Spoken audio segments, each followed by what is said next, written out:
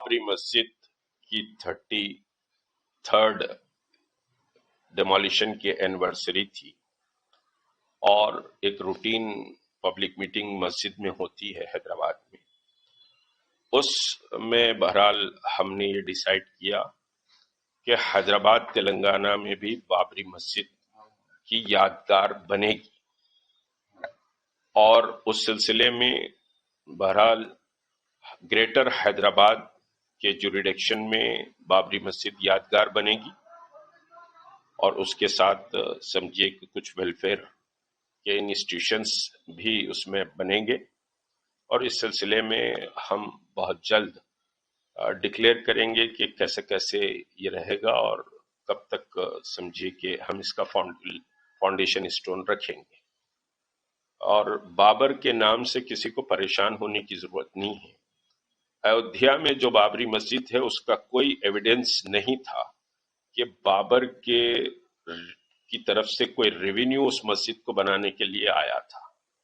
हो सकता है कि कोई लोकल का नाम बाबर हो, लेकिन अब भारतीय जनता पार्टी और आरएसएस बाबर को एक इश्यू बनाना चाहती है और बाबर का पीरियड बहुत शॉर्ट पीरियड भी रहा और बाबर के पीरियड में कोई बहुत ज्यादा वो भी नहीं रहा। और फिर तुलसीदास की जो रामायण है, वो तुलसीदास की रामायण को अगर हम देखेंगे तो वो बाबरी मस्जिद के कंस्ट्रक्शन होने के 60 ईयर के बाद तुलसीदास की रामायण आई।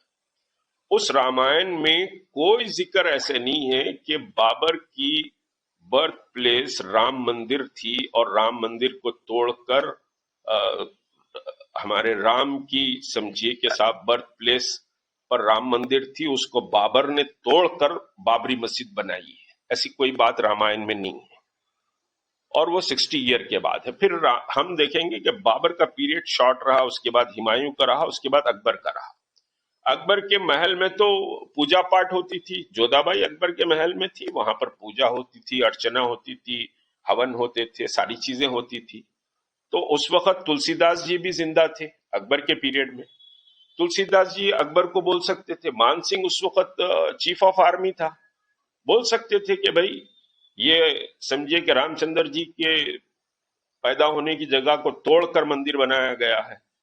ऐसी कोई बात तुलसीदास की रामायण में नहीं आती है।